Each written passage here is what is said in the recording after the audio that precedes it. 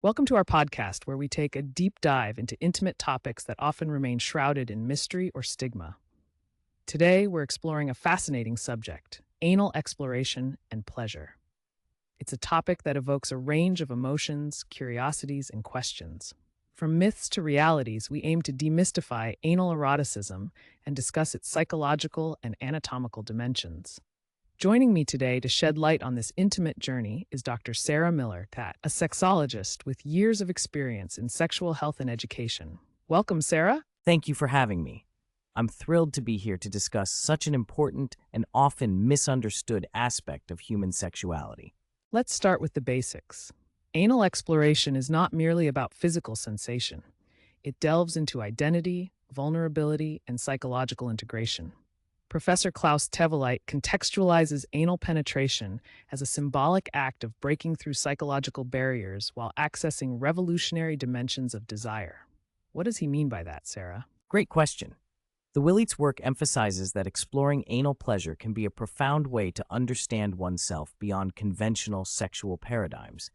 It challenges societal norms and encourages individuals to confront their feelings about vulnerability and intimacy. By engaging with anal eroticism, individuals may also have to face any internalized shame or trauma they carry, which is often rooted in cultural conditioning. Exactly. It's about gradual expansion of one's comfort zone through intentional, loving touch that respects personal boundaries. For many, this can lead to trauma resolution. Some practitioners believe that anal massage can help release held trauma that manifests physically as pain or anxiety. It's not just about pleasure, it's also about healing. Right, and understanding the anatomical foundations of anal physiology is crucial for safety and effectiveness. The anal canal is actually quite short, measuring less than 1 inch in length, leading directly to the rectum. Many people are surprised to learn about the different types of anal sphincters. The external sphincter is under voluntary control, while the internal sphincter operates reflexively.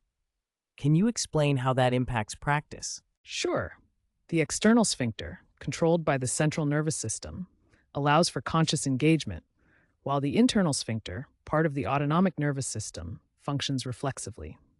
This means individuals may need to practice relaxing the internal sphincter to experience comfort during anal contact.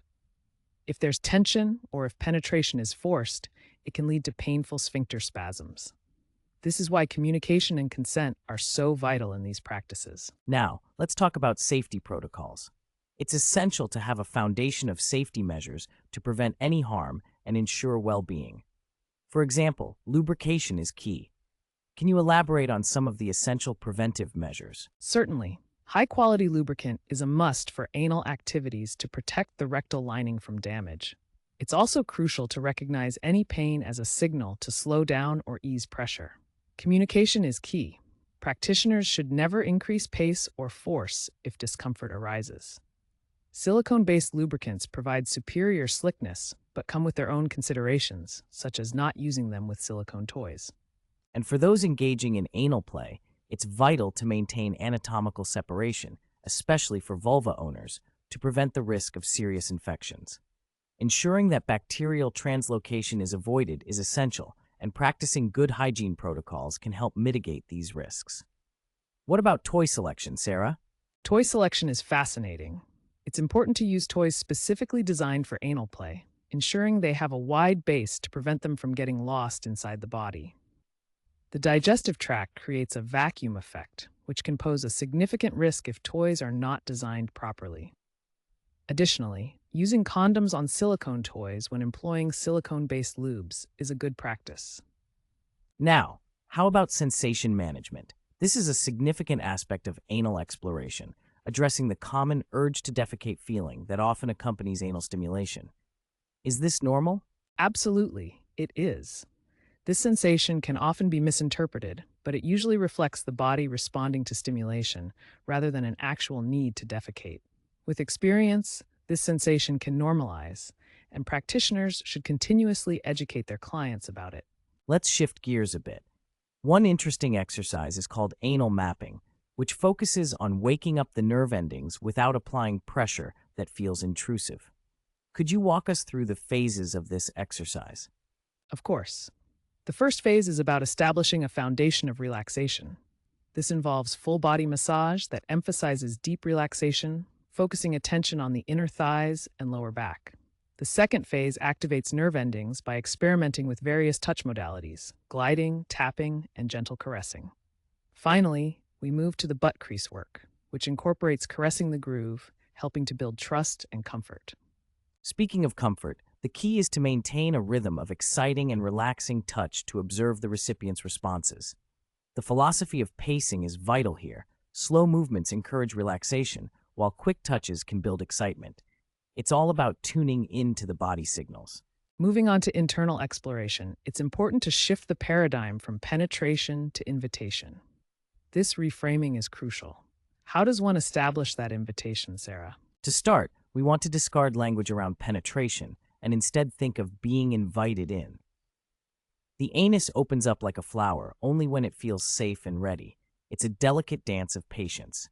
It often takes several sessions for a person to feel truly relaxed and open to deeper exploration. Once ready, what are the initial steps for someone engaged in anal exploration? Well, starting with copious lubricant is key. A practitioner can place their index finger on the anal opening with gentle pressure, waiting patiently for the anus to relax and invite entry. Once there's that invitation, it's crucial to move with utmost slowness, holding still upon first contact to allow the body to adjust. As we discuss deeper exploration techniques, what would you say are some important indicators of readiness? Paying attention to the internal sphincter's response is vital. A tight sphincter signals to pause or cease deeper penetration, whereas a relaxed internal sphincter indicates readiness for further exploration. The goal should be to prioritize relaxation and responsiveness, focusing on the body signals rather than rushing into stimulation. And let's not forget about prostate massage for male anatomy. Can you elaborate on its significance and what individuals should know? The prostate is a walnut-sized gland located internally toward the front of the body. When approached correctly, it can be a significant source of pleasure. Identifying its location and employing appropriate techniques like rhythmic pulsing and steady deep pressure can elevate the experience tremendously.